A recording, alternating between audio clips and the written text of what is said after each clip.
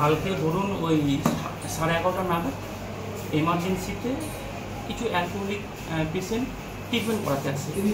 পেশেন্টের নাম হচ্ছে আপনার PM মাকুড়ে ছিল। এবার ওনার যথারীতি ট্রিটমেন্ট হয়েছে। এমার্জেন্সি যিনি মেডিকেল অফিসার ছিলেন উনি সঙ্গে সঙ্গে তাকে অ্যাটেন্ড করেছেন এবং ওনার ড্রেসিং হয়ে যাওয়ার পর টিটেনাস নেওয়ার জন্য উনি ভেতরে যান।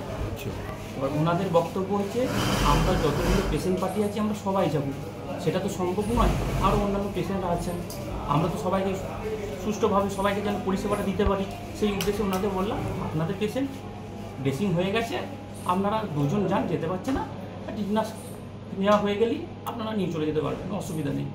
ওনাদের বক্তব্য হচ্ছে আমরা পেশেন্টের সঙ্গে 16-17 জন এসেছি, আমরা সবাই একসঙ্গে ঢুকবো, একটা বিশৃঙ্খলা সৃষ্টি করার জন্য ওনারা আগে থেকেই মনে হয় টার্গেট নিয়ে এসেছিলেন। মদ্যপ অবস্থায় ছিল আর ওনারা সবাই মদ্য অবস্থায় ছিলেন। দিয়ে এবার যখন যথারীতি ঝামেলাটা হয় আমি ওদেরকে বলি যে না, পেশেন্টের তো ট্রিটমেন্ট হয়েছে, এবার আপনারা আস্তে আস্তে সবাই যেতে পারে। ওরা কী করে না চড়াও হয়, আমরা একসঙ্গেই ঢুকবো, একসঙ্গেই পেশেন্টের কী ট্রিটমেন্ট হচ্ছে না হচ্ছে সেটা দেখবো। দিয়ে ওদেরকে বাধা দিতে যাই, দিয়ে ওদের মধ্যে একজন পুরো হাত চালিয়ে দেয়, দিয়ে আমার হাতে এই জায়গাটা একটু লেগেছে, এটা ফুলেছিল, কালকে সারাতে বরফ দেওয়ার ফলে একটু কমেছে। তারপরে আবার আটকাতে যাই, পুরো কাঁচে একটু সজোরে আঘাত করে।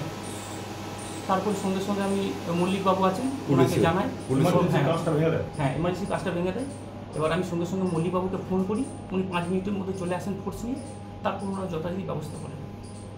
কতটা আতঙ্কের মধ্যে রয়েছেন? অবশ্যই দেখুন, একটা আমরা মানুষকে পরিষেবার সঙ্গে যুক্ত, আমরা যদি নিরাপত্তার সঙ্গে যদি কাজ না করতে পারি, এটা ধরুন হয়েছে 11:30-12টার সময়, এটা চলছে 2টা পর্যন্ত, এটা যদি ধরুন 3টে-4টে নাগাদ হয়, আমরা কীভাবে নিরাপত্তা না পেলে কীভাবে কাজ করবো বলুন? পুলিশ চৌকি এখানে থাকে না?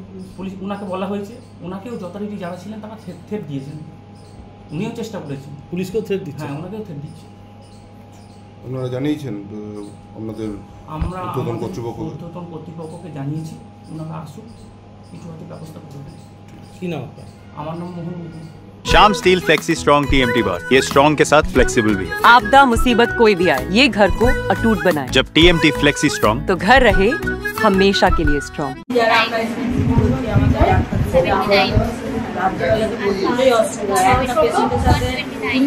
লোক চলে আসছে। কালকে কি হলো?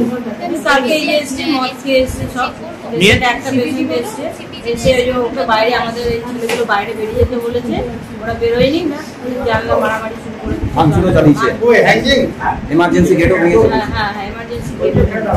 তো দিদি কতটা নিরাপত্তাহীনতায় ভোগ করছেন আপনারা? মানে ধরুন এখানে আপনারা থাকেন, তার মধ্যে এত উন্মুক্ত যুবক যারা আছে তারা এরকম করছে, কি বলবেন? সবসময় আমাদের নিরাপত্তা কিছুই নেই, আমরা সবসময় অনেস্টি হতে বিশ্বাস করি। গতকাল এসে আচমকা ঢুকে গেছিল? আচমকা একটু শুনলাম, নাইটে যে স্টাফ ছিল সে আমাকে হ্যান্ডওভার করে গেল। হ্যাঁ কি বললো?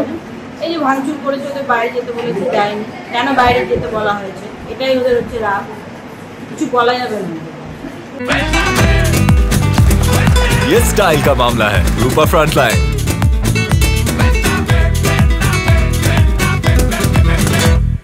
ঘটনাটা কালকে ঠিক 10:30 থেকে 11টার মধ্যে কয়েকটা ছেলে, 15-20টা ছেলে হবে, ওরা বাইক নিয়ে অ্যাক্সিডেন্ট করেছিল, দিয়ে ওরা ড্রেসিং করার জন্য এসেছিল।